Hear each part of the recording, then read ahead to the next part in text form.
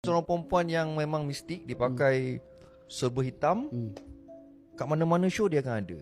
Ui. Oh, itu misteri. Itu seram juga tu. Oh, dia akan tengok abang. Ya, kat mana-mana dia akan ada. Dia akan tengok, dia akan senyum. Weh.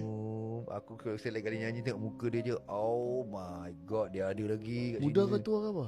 Dia dalam masa tu saya 24, dia dalam 40 lah. Yeah. 40 lah. Tapi dia memang nampak. pakaian dia semua hitam. Memang dia pakai hitam je. Mana-mana. Setiap kali. Sampai satu hari saya terkejut, dia boleh sampai kat depan rumah saya. Ha?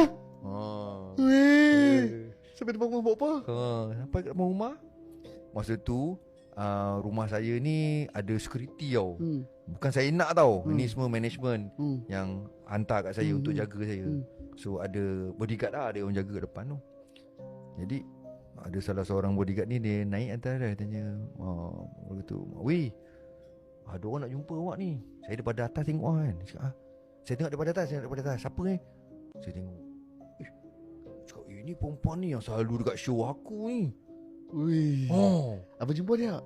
Saya tak turun lah, saya takut. Lah. Lepas tu saya pergi kat tangga tu, saya cakap dengan yang jaga tu kan. Dia cakap, dia ni dah selalu sangat ikut saya ni. Cakap, mana-mana tempat dia ada ni. Sampai depan rumah tempat dia ada ni kan. Tanya lah dia, siapa dia ni kenapa nak jumpa Mawi? Dia pun tanya, awak siapa? Lepas tu dia duduk balik tiang rumah saya tu. Dia balik, dia keluar kepala je. Tanyalah Mawi, dia cakap. Lepas tu dia sembunyi balik. Suruh tanya Mawi. Dia tanya Mawi. Lepas tu ni bodyguard ni datang balik, naik kat tangga jumpa saya. Bos, dia cakap, tanyalah Mawi. Aduh. Cakap, saya tak tahu, saya tak kenal dia kan. Tanya balik, siapa awak ni siapa? Tanyalah Mawi. Ulang-ulang 2-3 kali bro benda tu. Dah sekali dia orang ni pun dah keras lah kan. Dah cakap je, siapa awak ni, siapa nak jumpa Mawi buat apa? Saya ni isteri Mawi.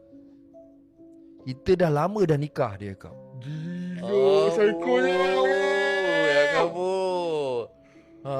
Isteri Mawi. Isteri Mawi bro. Dia cakap bro.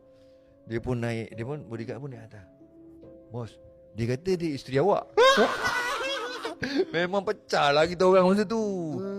Dah kahwin dia cakap. Budak-budak ni dengki lah kan. Yang jaga-jaga tu kan. Bahan-bahan saya lah. Budak kahwin rupanya.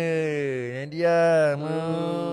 Dia kata bahan. Dia orang tanya balik. Dia kata, nikah kat mana? Alam ghaib. Memang bro. Alam gaib dia cakap. Dia cakap nikah kat alam ghaib. Itulah cerita dia bro. Weh, pelik-pelik bang. Pelik-pelik. Itu orang yang macam itu. Ada lagi lain. Yang tadi cerita ghaib